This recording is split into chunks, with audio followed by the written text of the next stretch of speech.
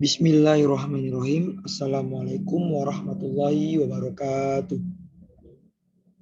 Di sini saya akan mempresentasikan materi saya yang berjudul miologi atau otot.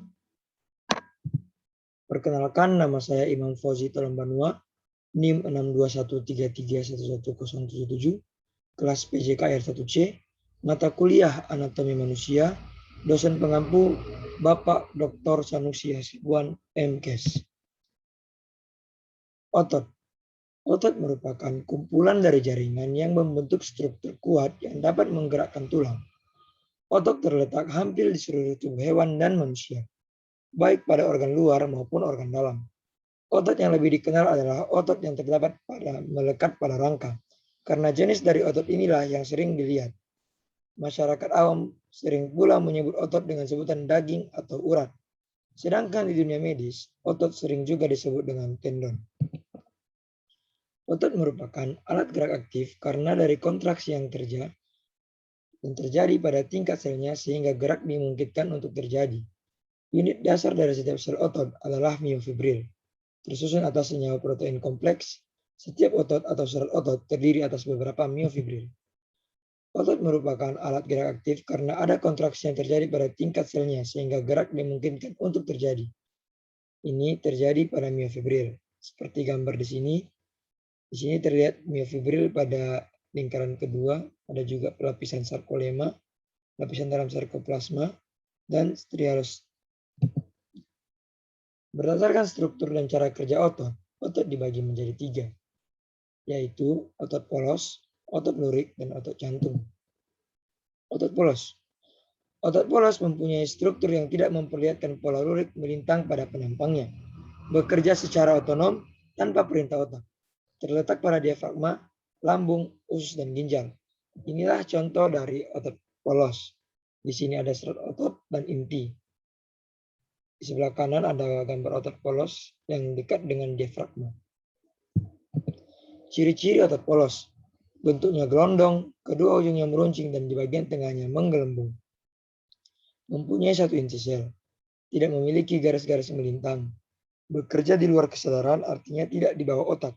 Oleh karena itu, otot polos disebut sebagai otot tak sadar. Dan kemudian terletak pada otot usus, otot saluran peredaran darah, otot saluran kemih, dan lain-lain. Kedua, otot lurik.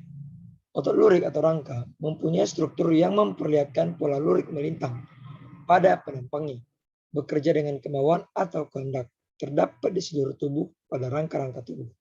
Di sini kita dapat melihat gambar dari otot lurik. Dan di mana letak otot lurik terdapat pada gambar yang sebelah kanan. Ciri-ciri otot lurik. Bentuknya silindris atau memanjang. Kemudian tampak adanya garis-garis melintang yang tersusun seperti daerah gelap dan terang secara berselang-seling.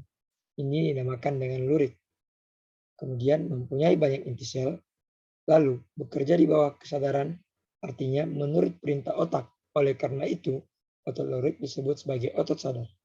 Kemudian terdapat pada otot paha, otot betis, otot dada, dan otot lengan.